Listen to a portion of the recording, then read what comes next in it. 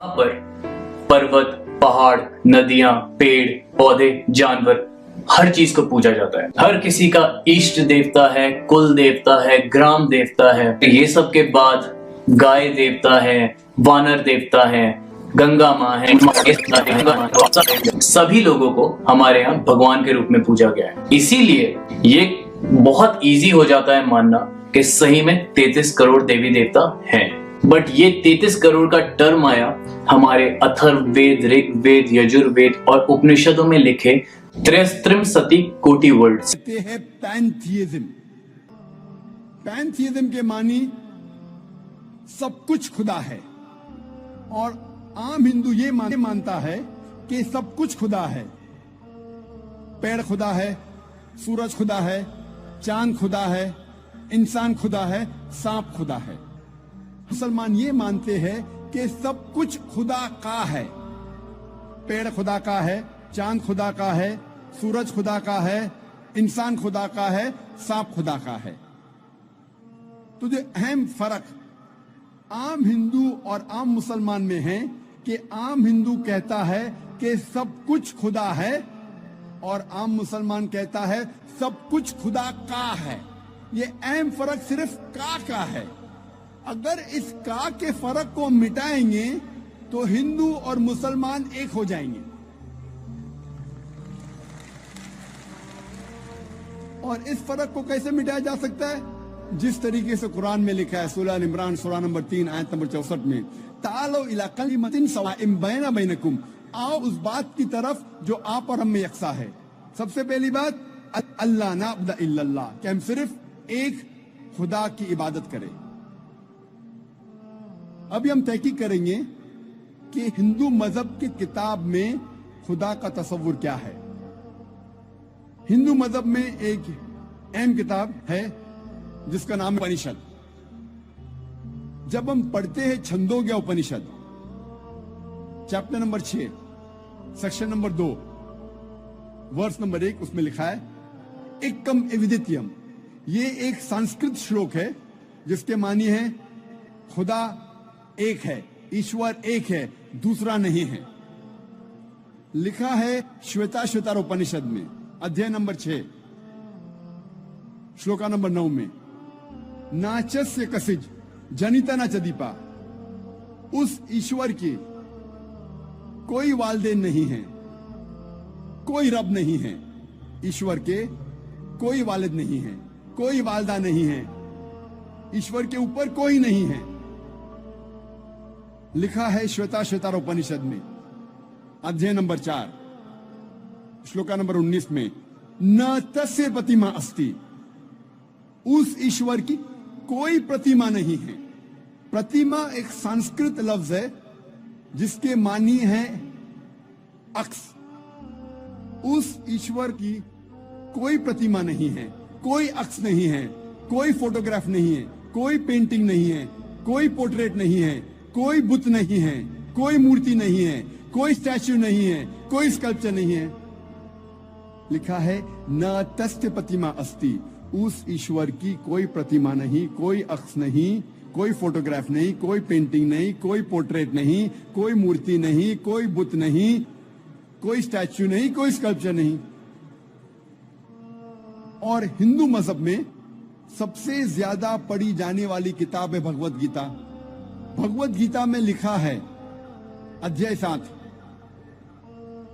श्लोक नंबर 20 में, all those whose intelligence has been stolen by material desires, they worship demigods। मतलब जिसकी अकल दुनियावी चीजों के पीछे भागती है, वो लोग खुदा के अलावा दूसरे किसी चीज की इबादत करते हैं। जब हम तफसीर पढ़ते हैं, कई भगवत गीता की तफसीर में लिखा है कि जो लोग की बुद्धि, जो लोग की अकल पैसे के पीछे भागती है या दुनियावी चीजों के पीछे भागती है, वो बुत परस्ती करते हैं, खुदा के अलावा दूसरी चीज की इबादत करते हैं।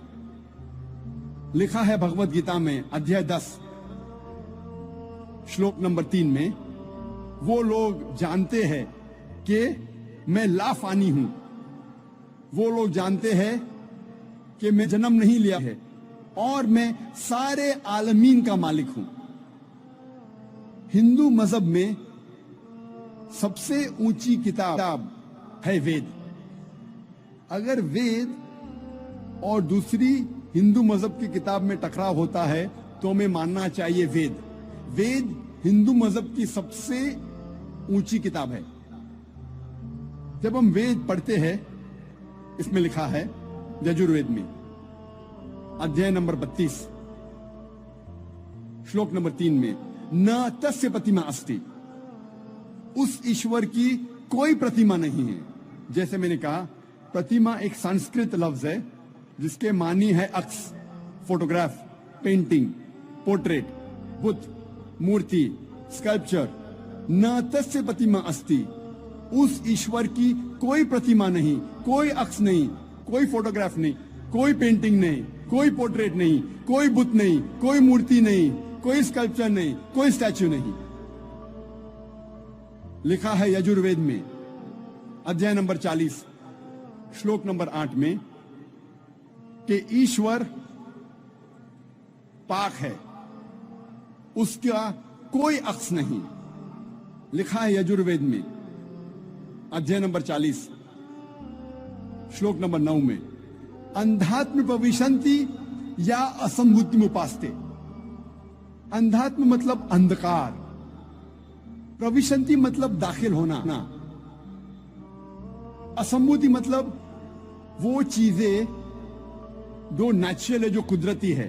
तो ये श्लोक में यजुर्वेद अध्याय नंबर 40 श्लोक नंबर 9 में लिखा है, वो लोग अंधकार में दाखिल हो रहे हैं, वो लोग जो असंभूति की इबादत करते हैं, जो कुदरती चीजों की इबादत करते हैं, मिसाल के तौर पे हवा, पानी, आग वगैरह। और ये श्लोक में आगे लिखा है, वो लोग और घोर अंधकार में दाखिल हो रहे हैं, वो लोग जो संभूति की इबादत करते हैं। संभूति की मानी इंसान की बनाई हुई चीजें, मिसाल के तौर पे टेबल, चेयर, बुत, मूर्ति वगैरह। कहां लिखा है? यजुर्वेद अध्याय नंबर 40 मंत्र नंबर 9 में। आगे जब पढ़ते अथर्ववेद में लिखा है किताब नंबर 20 अध्याय नंबर 58 मंत्र नंबर 3 में, देव महासी, महान है वो ईश्वर। और वेद में सबसे ऊंची मानने वाली वेद है ऋग्वेद। वेद 4 किस्म की होती है, ऋग्वेद, यजुर्वेद, सामवेद, अथर्ववेद। ये चारों में सबसे ऊंची वेद है ऋग्वेद। ऋग्वेद में लिखा है किताब नंबर 1 अध्याय नंबर 164 मंत्र नंबर 46 में, एकम सत विप्र बहुधा वेदांते, सत्य एक है, सच एक है, ईश्वर एक है। और साधु, संत और विद्वान इस ईश्वर को कई नामों से पुकारते हैं।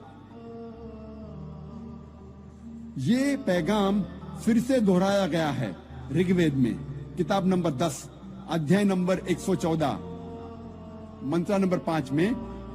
इसमें लिखा है कि खुदा एक है, ईश्वर एक है, ईश्वर एक है, लेकिन विद्वान, संत, साधु इस ईश्वर को कई नामों से पुकारते हैं। या हबीबल कुलूब। और जब हम ऋग्वेद पढ़ते हैं किताब नंबर 2 अध्याय नंबर 1, सिर्फ किताब नंबर 2 अध्याय नंबर 1 में 33 नाम और सिफतें दिए गए हैं इस ईश्वर को। इनमें से एक है ऋग्वेद किताब नंबर 2 में अध्याय नंबर 1 में मंत्र नंबर 3 में, ब्रह्मा। ब्रह्मा कहा जाता है उस ईश्वर को जो बनाने वाला है। जब हम अंग्रेजी में तर्जुमा करते हैं तो इसे कहते हैं क्रिएटर। जब उर्दू या अरबी में तर्जुमा करते इसे कहते हैं खालिक। हम मुसलमानों को कोई एतराज नहीं अगर कोई कहता है कि खुदा या ईश्वर खालिक है या क्रिएटर है या बनाने वाला है, लेकिन अगर कोई शख्स कहता है क्या ब्रह्मा खुदा है जो बनाने वाला है, लेकिन उसके 4 सिर है और हर सिर पर क्राउन है, हम मुसलमान इस पे एतराज देते हैं, क्योंकि आप ईश्वर को अक्स दे रहे हैं। और साफ तौर पे लिखा है श्वेताश्वतरा उपनिषद में अध्याय नंबर 4 श्लोका नंबर 19 में, न तस्य प्रतिमा अस्ति, उस ईश्वर की कोई प्रतिमा नहीं, कोई अक्स नहीं, कोई फोटोग्राफ नहीं, कोई पेंटिंग नहीं, कोई पोर्ट्रेट नहीं, कोई मूर्ति नहीं, कोई बुत नहीं, कोई स्टैच्यू नहीं, कोई स्कल्पचर नहीं।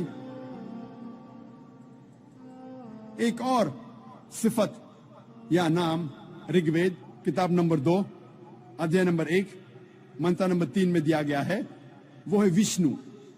विष्णु कहते हैं पालने वाले ईश्वर को। अगर अंग्रेजी में तर्जुमा करते तो हो जाता है सस्टेनर, चेरिशर। उसको अरबी या उर्दू में तर्जुमा करते हो जाता है रब।